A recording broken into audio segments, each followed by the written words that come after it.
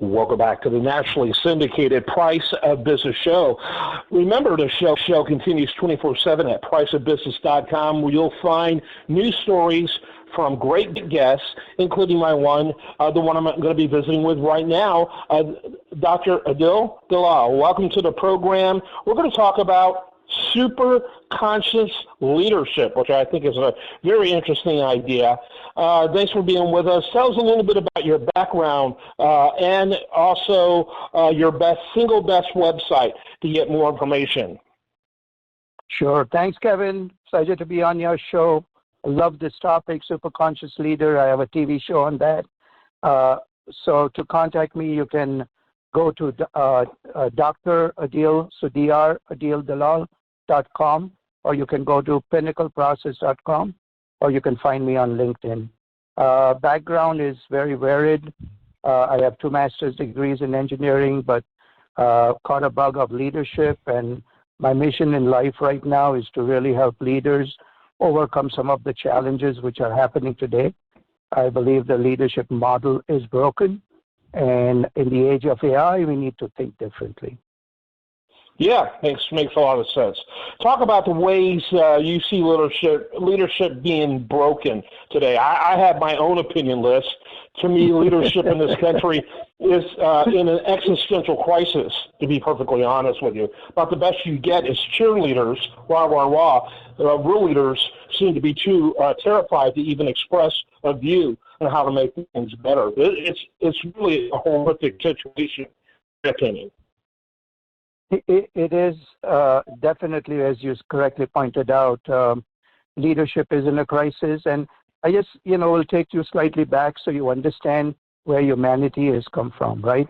Our planet is 4.6 billion years old. The first industrial revolution started just about 200 years ago. So technically, we have the human beings have gone from being craftsmen to spacemen in 0.00004% of the time we are on this planet. So it's been an amazingly steep curve, and we're throwing in all these new technologies, and AI is at the forefront today. So the challenges we face are due to AI coming in the picture. AI has been around for 50 years, but with the computing power now, it has taken over.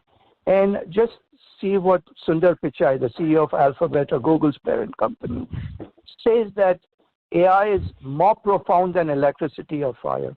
This is a technology that more profound. Okay, Satya Nadella says AI stands as one of the most transformative technologies of our time.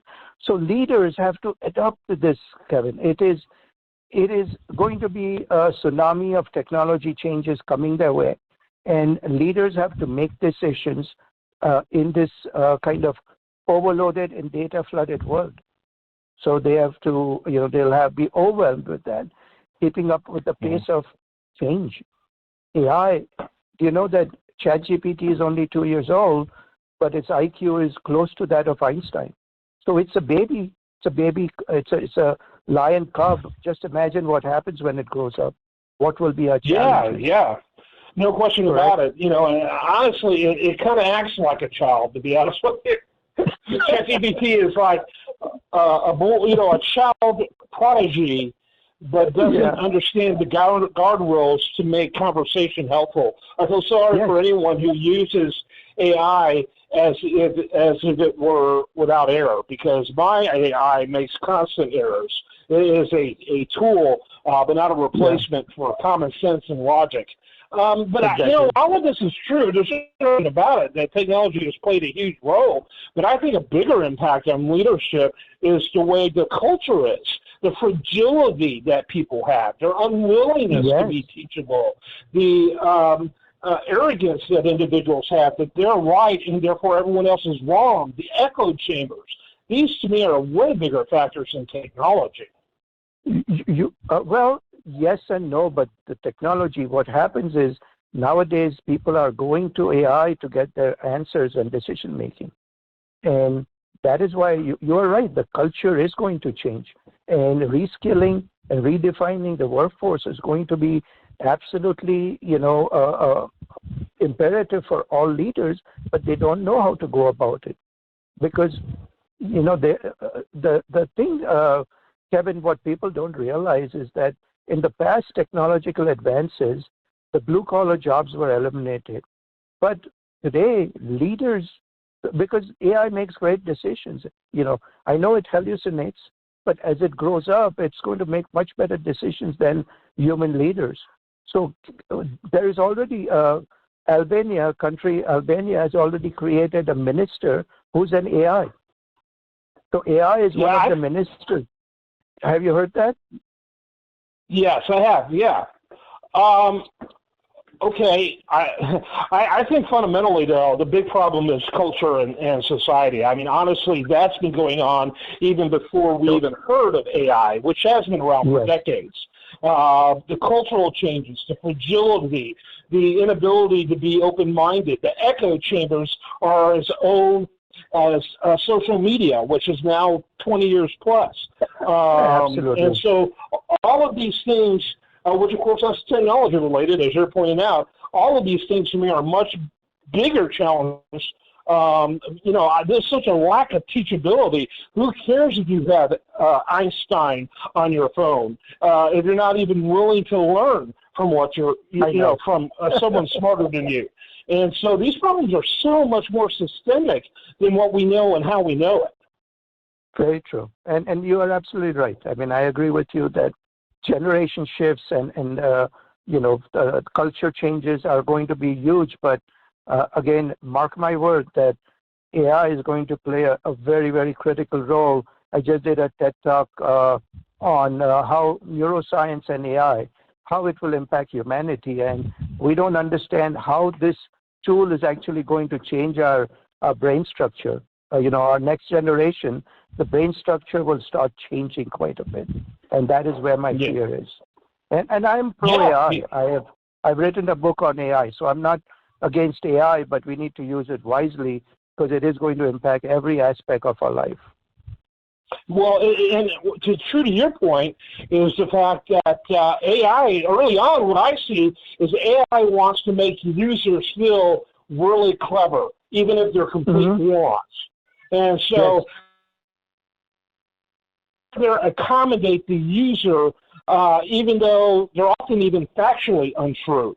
But they'll frame it in such a way so they're not making their user angry. And so anyways, it actually fuels the echo chamber and fuels the hubris of superiority that individuals seem to have and their utter disdain for the larger culture that they live in and people who lived before them that gave us tools to continue to advance. It's, to me, again, and I use it. I even have a paid subscription. So hypocrite me, I guess, but I kind of feel like I approach AI with eyes wide open. I see it really quite dangerous. Quite dangerous. And there will be three types of leaders going forward. So we talk about challenges. Let's talk about solutions. So I've written a Forbes article on this where you will have technologically driven leaders who will only focus on technology. And this can make, AI much more dangerous than even nuclear, our nukes and everything, because it has the potential when you convert AI into physical AI, into robotics and other things, it can be devastating on the defense area. The second type of leaders would be someone who's only focused on human beings, but they are not focused on the technology.